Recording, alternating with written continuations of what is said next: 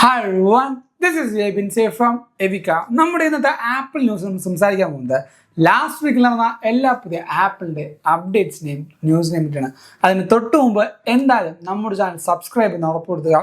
ഇതേപോലെ റെഗുലർ ആയിട്ട് apple updates നിങ്ങൾക്ക് അറിയാൻ പറ്റുള്ളൂ.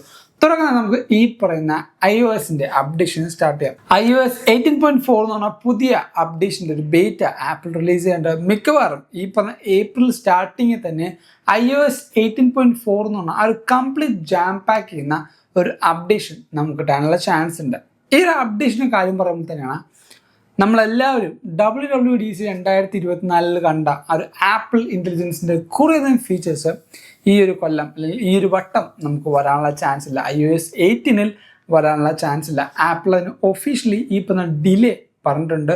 കാരണം ആപ്പിൾ കരുതിയതിനെക്കാട്ടും കുറച്ചുകൂടെ കോംപ്ലക്സ് ആണ് ഈ പറയുന്ന സിറിയുടെയും അതേപോലെ തന്നെ iOS 18 കുറേയധികം ഇൻ ആപ്പ് യൂസേജുമാണ് ആപ്പിൾ പറയുന്നത്. അതുകൊണ്ട് തന്നെ iOS 19 അല്ലെങ്കിൽ 19.4 വരെയും ഈ പറഞ്ഞ സിറിയുടെ ഒരു ഫുൾ ഫ്ലെജ് റീമാപ്പിംഗ് കാണാൻ ലേറ്റ് ആകും എന്ന് നമുക്ക് റിപ്പോർട്ട് ചെയ്തിട്ടുണ്ട്.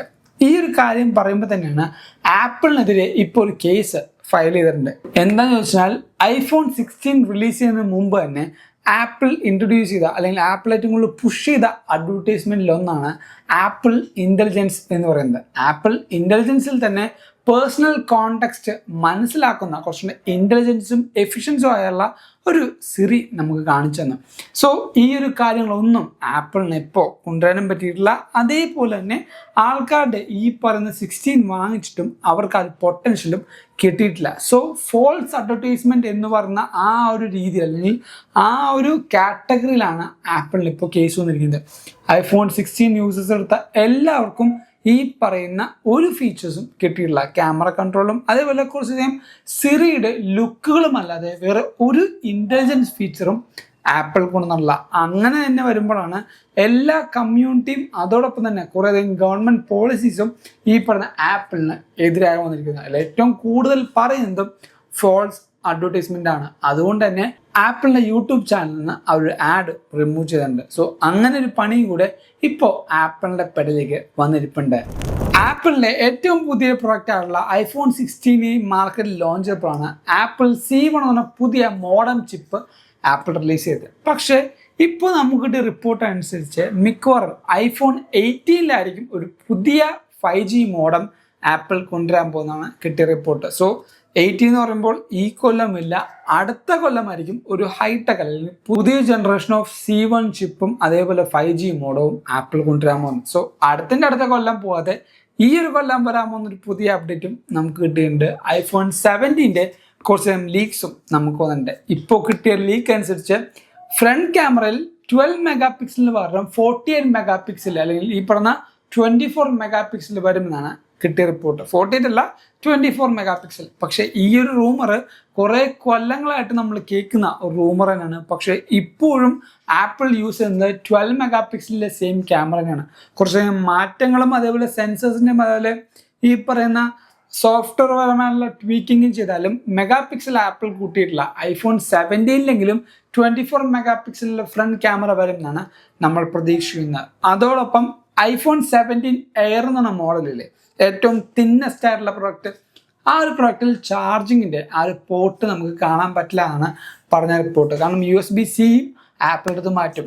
ആകെ വരാൻ പോകുന്നത് മാക്സീവ് സപ്പോർട്ട് മാത്രമായിരിക്കും. കാരണം ആ ഒരു പോർട്ടും കൂടെ മാക്സിമം കുറക്കുമ്പോൾ കുറച്ചും കൂടെ സ്ലീക്ക് ആക്കാൻ ആപ്പിളിന് പറ്റും. പക്ഷേ എൻ്റെ ഒരു അഭിപ്രായം അല്ലെങ്കിൽ എനിക്ക് തോന്നുന്നൊരു കോൺസെപ്റ്റ് അല്ലെങ്കിൽ എനിക്ക് തോന്നുന്നൊരു റീസൺ ആപ്പിൾ ആ ഒരു പോർട്ടും കൂടെ എടുത്ത് കഴിയുമ്പോൾ വാട്ടർ പ്രൂഫിങ് എന്ന് പറഞ്ഞാലും കുറച്ചും കൂടെ ബെറ്റർ ആക്കാൻ ആപ്പിളിന് പറ്റും.